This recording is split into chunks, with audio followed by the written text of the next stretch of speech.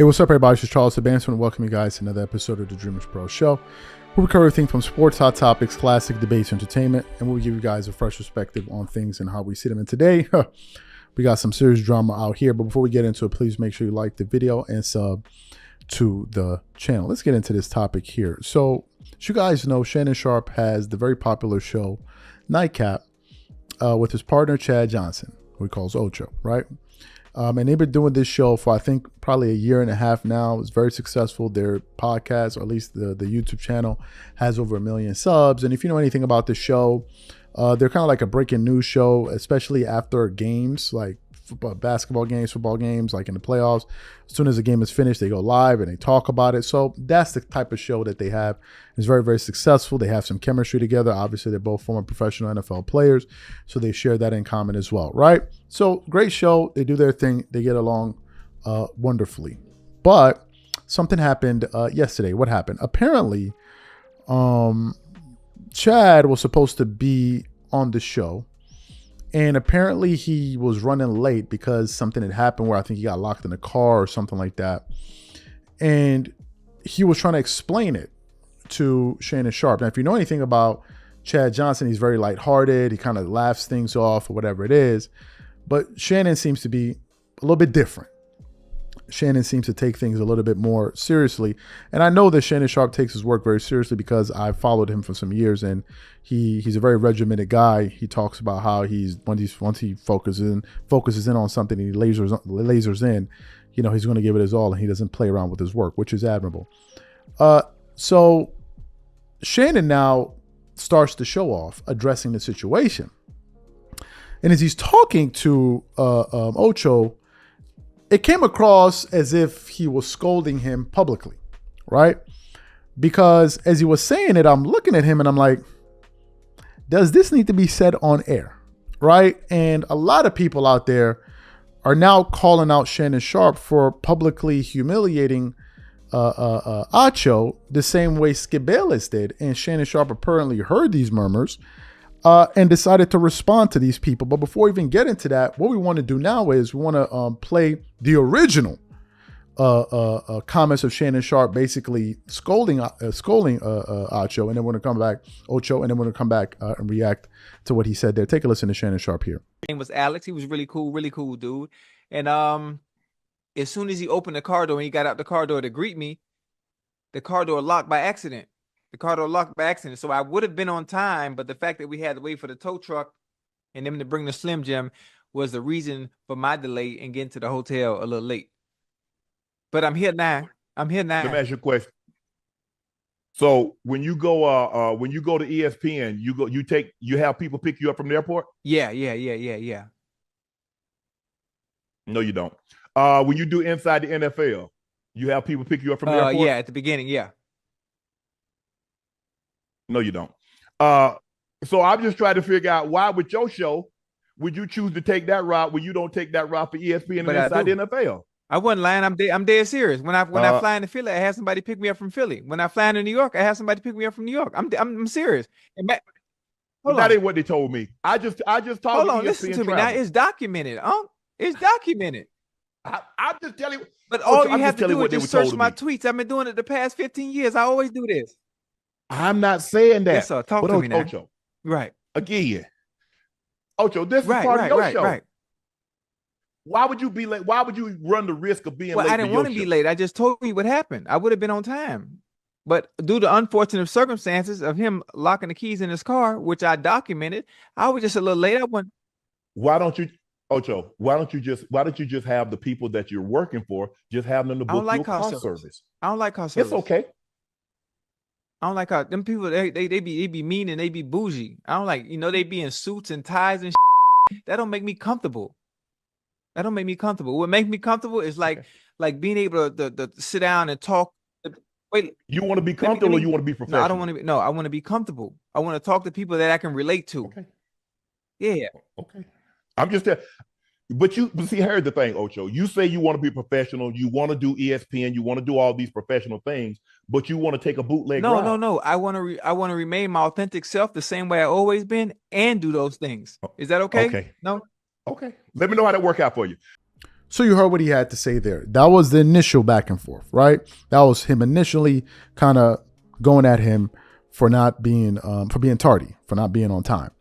And then this afternoon, as I'm going through the internet, on my Instagram from his page, there's a video that I guess was published on Shannon Sharpe's page of him essentially addressing the situation and all of the people calling him out for basically embarrassing his debate partner on the show. But before we even get into what he had to say, today's video is brought to you by our sponsor, Game Time. With only 4 months left in 2024, I'm really looking forward to making memories with my family and attending different games and concerts and theater shows this year. And so when it comes time to finding the most affordable tickets for these shows and events, I love using Game Time. Game Time is one of the most reliable marketplaces for last-minute tickets to the most popular events in sports, music, and theater in more than 60 cities across the United States and Canada. Game Time already analyzes thousands of tickets for all of your favorite events near your location and finds you the best possible deal so you don't have to. For example, I'm looking forward to this upcoming concert at Madison Square Garden of one of my favorite composers, Hans Zimmer. Here, I can select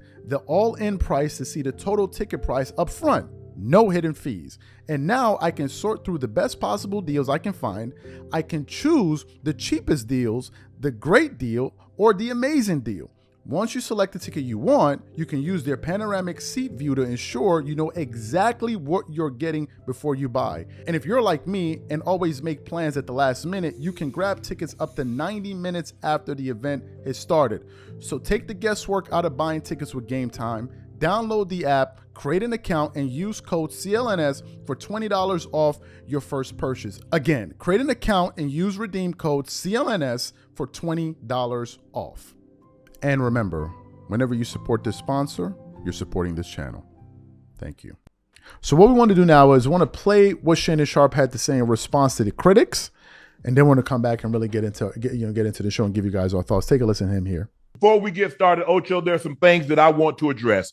Last night we had a situation. Everything is like in my computer. It's a little different for me here in the studio, my studio compared to you at home. Everything is linked. The camera, the iPad, the computer, everything is linked. And what had happened is that as I'm talking, somehow it clicked over to the video. So that's what I was hearing playing back in my ear. So it wasn't anything. It wasn't like a malfunction. Somehow the audio had clicked on the video that was playing. So I could hear that back in my ear. So that was nothing that people back back in the studio was doing. That was no fault of their own. That was just something that had just all of a sudden happened. And it just took us a minute to figure out. We troubleshoot after we got off the show and we got it figured out. That won't happen again. I can assure you of that. Other technical difficulties might arise, but that won't happen. And then, guys, look, there's been a lot said. Well, you trying to do the Ocho, what Skip did to you, blah, blah, blah. No. What I am going to do is that I'm going to push, I'm going to pull, I'm going to drag Ocho to a level that he didn't think he could get to. See, I saw some of the comments. You too serious. It's just a little internet show. It's a YouTube show. For you, that's all you see it as. But that's not the vision that I shared with Ocho when we sat down.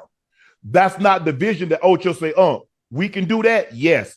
I say, you see what these other guys are getting. But I can't go when I sit down with these studios and they says, okay, Shannon, what can you do? What do you want to do? How are you going to package this? What are you looking for? Because when you go to a studio, they want a time slot. They want okay, what time slot you want to be in? And can we account on you being in that slot? Yes. Yes, absolutely. And so I want Ocho to take it serious. I've conveyed this with Ocho. Ocho, I'm not breaking earth, interrupting your normally scheduled programming, because I just want Ocho to understand this is Ocho's show. This is my show. And I want him to take it as serious instead of like when he goes on First Take, be great on First Take. Inside the NFL, be great on those. But I want Ocho to understand we going to only go as far as he and I can take this thing. And the heights that I dream, and I think what he's conveyed to me is that we're going to have to do this together. But there has to be a level of professionalism. There has to be a courtesy of being on time. I respect his time, and I want him to respect, because there's a lot of people. We started out, it was just Ocho, myself, one person in the studio, and Ash. We got 11 people now. We got editors, we got graphics, we got extra producers, we got associate producers.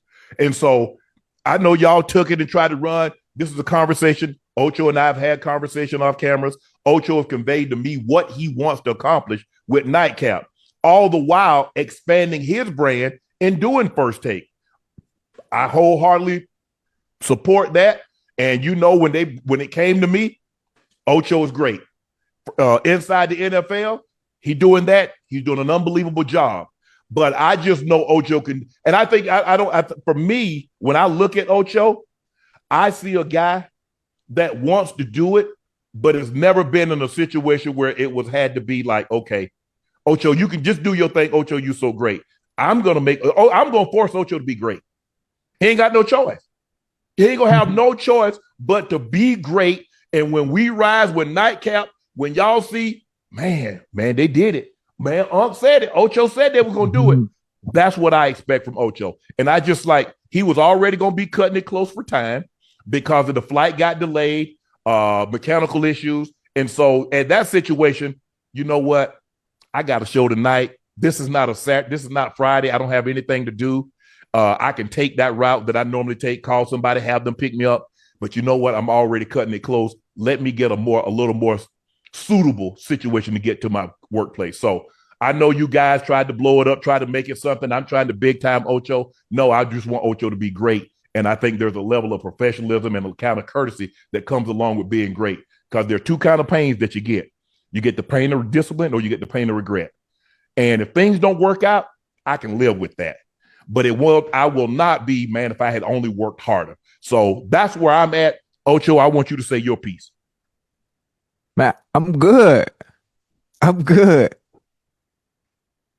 we good. You know that. I don't pay them people no mind. You know, I'm gonna always be me. I'm always be me. I'm gonna always be successful. I always have been. You know, you have your way of doing things. I have my way of doing things. You know, that's it. We gonna be successful no matter what. I always remain my authentic self. You know, I've been a little bit, but I ain't gonna been too much where I have to change who I am. So you heard everything that was said there. What are my thoughts on this? I have two thoughts. The first thought is, I agree with everything Shannon Sharpe was saying. 100%. I agree with all of his points. You can tell that he was irritated because it means a lot to him. It's his show, right? He has a lot invested in it. He has a lot riding on it, you know, and he's the one that brought Chad Johnson into the fold. So I understand his position because of how much is at stake for him, right? I totally get it. When you're doing something that's your own, you're going to care more than somebody else would. Anybody would feel that way once it's your own egg, once it's your own baby. But I don't think that conversation should have been held on air. I really, really don't. I really, really, really, really don't. As I was watching it yesterday, I said to myself, this is awkward. This is embarrassing. Now, at the time, Chad Johnson played it off wonderfully. He was smiling and he played it off. Like, he let it roll off of his shoulders. And he did better than a lot of people, because whenever you try to scold or correct people publicly, you run the risk of humiliating them. And then your overall goal of trying to get them to see things the right way or correct a particular issue goes out the window. Because now it becomes, why are you trying to embarrass me? And the person becomes defensive. So in a case like that, when you have your partner, you never, ever, ever do something like that in public. You could have waited at the end of the show and you told him exactly what you told him. I have no issue with that. But to put it out there publicly, I think was wrong. I disagree with that, regardless of what he said. Because at that point, it doesn't matter. Because now the guy feels embarrassed. On Chad's side, he said, look, this situation occurred. So-and-so thing happened. Is Shannon Sharpe upset? Yes. Did he say, why don't you use these type of car services? These are all shoulda, woulda, coulda questions. Do you know why? And I'm gonna tell you why.